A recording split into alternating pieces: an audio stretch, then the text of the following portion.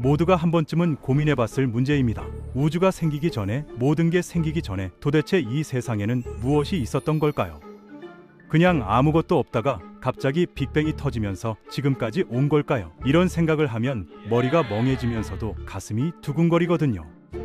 여러분도 그렇지 않나요? 밤하늘을 올려다보다가 문득 내가 서 있는 이 땅, 이 지구, 이 우주가 어디서 왔는지 생각하면 묘한 기분이 들잖아요.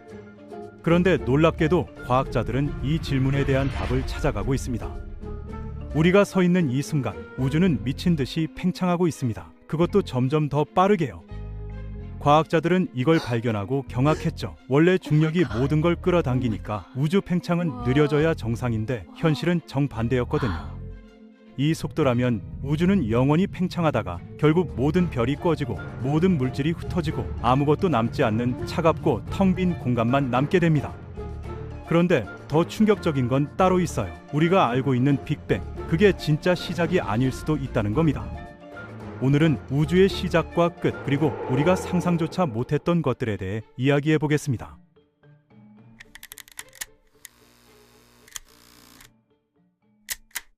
교과서에서 배운 빅뱅을 떠올려 보세요. 138억 년 전 엄청나게 뜨겁고 밀도 높은 점에서 우주가 폭발하듯 탄생했다는 이야기죠.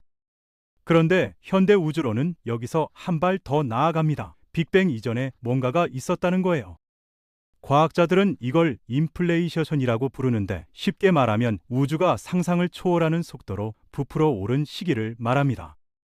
얼마나 빨랐냐고요? 원자보다 작았던 우주가 현재 관측 가능한 우주보다 훨씬 더 커지는 데 걸린 시간이 고작 1초의 1조 분의 1조 분의 1도 안 됐습니다. 숫자로 쓰면 소수점 뒤에 0이 수십 개 붙어야 할 정도로 짧은 순간이었죠. 이 급격한 팽창이 멈추면서 엄청난 일이 벌어졌습니다. 인플레이션을 일으켰던 에너지가 갑자기 우주 공간에 쏟아진 거예요. 이 에너지가 공간을 달구고 입자들을 만들어냈고 그 입자들이 모여서 원자가 되고 원자가 모여서 별이 되고 별이 모여서 은하가 됐습니다. 우리 몸을 이루는 모든 원소도 결국 이때 시작된 거죠. 그러니까 빅뱅은 진짜 처음이 아니라 인플레이션이라는 전주곡이 끝나고 본격적으로 시작된 뜨거운 본편이었던 셈입니다. 여기서 자연스럽게 떠오르는 질문이 있죠. 그럼 인플레이션은 왜 시작됐고 왜 멈춘 걸까요? 솔직히 말하면 아직 모릅니다. 이게 현대 우주론의 가장 큰 미스터리 중 하나거든요. 다만 몇 가지 흥미로운 이론들이 있는데 그중 하나가 영원한 인플레이션 이론입니다. 이 이론에 따르면 인플레이션은 우주 전체에서 한꺼번에 멈추지 않았어요. 여기저기서 부분적으로 멈췄고 멈출 때마다 하나의 우주가 탄생했다는 겁니다. 우리 우주는 그렇게 태어난 수많은 우주 중 하나일 뿐이고 지금 이 순간에도 어딘가에서는 새로운 우주가 계속 만들어지고 있을 수 있다는 거죠. 이게 사실이라면 엄청난 의미를 갖습니다. 각각의 우주에서는 자연 법칙이 다를 수 있거든요. 중력의 세기, 빛의 속도, 입자의 질량 같은 것들이 우주마다 제각각이라는 얘기예요. 그렇다면 왜 우리 우주는 이렇게 생명이 살기 딱 좋게 설계된 것처럼 보일까요? 별이 탄소와 산소를 만들어내고 물이 액체로 존재할 수 있는 온도가 유지되고 모든 조건이 기막히게 맞아떨어지는 이유가 뭘까요? 다중우주론의 답은 심플합니다. 무한히 많은 우주가 있으니까 우리처럼 생명이 존재할 수 있는 우주도 당연히 있을 수밖에 없다는 거죠. 우리가 여기 있는 건 기적이 아니라 확률의 필연이라는 겁니다. 또 다른 흥미로운 이론도 있어요. 우리가 사는 3차원 공간이 사실 더 높은 차원 속에 떠다니는 얇은 막 같은 거라는 이론인데 이걸 브레인 이론이라고 부릅니다. 종이 한 장을 상상해 보세요. 그 종이 위에 사는 존재들은 종이가 전부라고 생각하겠지만 실제로는 종이가 더 넓은 공간 속에 떠 있는 거잖아요. 브레인 이론에서는 우리 우주도 마찬가지라고 봅니다. 그리고 이런 막들이 여러 개 있어서 서로 떠다니다가 충돌하면 그 충돌 에너지가 빅뱅처럼 폭발적인 사건을 일으킨다는 거예요. 우리 우주의 빅뱅도 어쩌면 두 개의 막이 부딪힌 결과일 수 있다는 겁니다.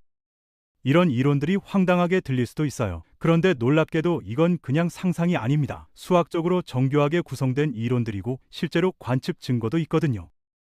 가장 중요한 증거가 우주 배경 복사인데 이건 빅뱅 이후 약 38만 년 뒤에 우주가 충분히 식어서 원자가 형성됐을 때 방출된 빛이에요. 그 빛이 138억 년 동안 우주를 떠돌아다니다가 지금 우리 망원경에 잡히는 거죠.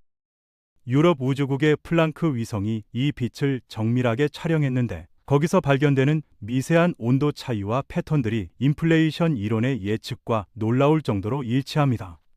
우주의 아기 사진을 찍어서 태아 때 무슨 일이 있었는지 역추적하는 것과 비슷하다고 보면 돼요. 그럼 우주는 얼마나 큰 걸까요? 우리가 관측할 수 있는 우주의 끝은 지구에서 약 470억 광년 떨어져 있습니다. 그래서 관측 가능한 우주의 지름은 대략 940억 광년 정도 되죠. 잠깐, 우주 나이가 138억 년인데 어떻게 470억 광년 밖인 것을 볼 수 있냐고요?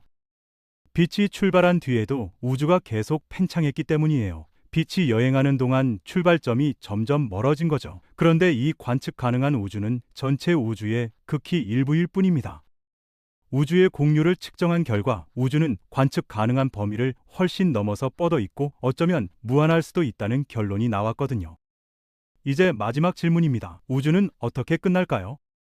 1990년대 후반, 과학자들은 먼 초신성을 관측하다가 충격적인 사실을 발견했어요. 우주 팽창이 느려지는 게 아니라 오히려 빨라지고 있었던 겁니다.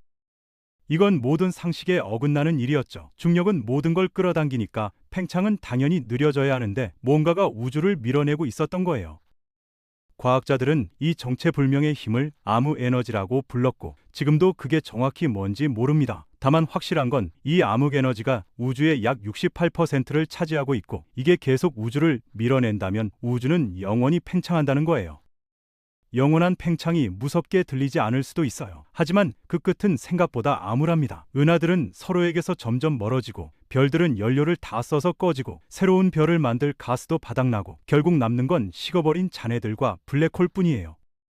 그 블랙홀마저도 호킹 복사로 아주 천천히 증발해서 사라지면 우주는 아무것도 없는, 아무 일도 일어나지 않는 거의 절대 영도에 가까운 텅 빈 공간만 남게 됩니다. 과학자들은 이걸 열적 죽음이라고 부르죠. 물론 이건 현재까지의 최선의 추측일 뿐이에요. 새로운 물리학이 발견되면 완전히 다른 결말이 나올 수도 있습니다. 암흑 에너지의 정체가 밝혀지거나 지금은 상상도 못하는 현상이 관측될 수도 있죠. 결국 우주의 시작과 끝을 제대로 이해하려면 아인슈타인의 상대성 이론과 양자역학을 하나로 통합해야 합니다. 아직 인류는 그걸 해내지 못했지만 언젠가 그 이론이 완성되면 공간이 뭐지, 시간이 뭔지, 우주가 왜 존재하는지 그 근본적인 질문에 답할 수 있을지도 몰라요. 우리는 138억 년 전 인플레이션의 잔해로 만들어진 먼지 같은 존재입니다. 하지만 그 먼지가 자기 자신의 기원을 묻고 우주의 끝을 상상하고 다른 우주의 존재를 논합니다. 어쩌면 그게 인류라는 존재가 가진 가장 놀라운 능력일지도 모르겠습니다. 빅뱅 이전에 무엇이 있었는지 조금씩 밝혀지고 있는 지금 여러분의 생각은 어떠신가요? 정말 신이라도 있어서 이 모든 게 창조된 걸까요? 아니면 과학적인 반응과 융합만으로 지금의 우리가 존재하게 된 걸까요? 인플레이션, 다중우주, 브레인 충돌까지 들으니까 오히려 더 신비롭게 느껴지기도 하고 어쩌면 과학과 신비로움은 반대가 아닐 수도 있겠다는 생각도 드는데요. 댓글로 여러분의 생각을 공유해 주세요. 다른 분들은 이 거대한 질문 앞에서 어떤 생각을 하는지 정말 궁금합니다.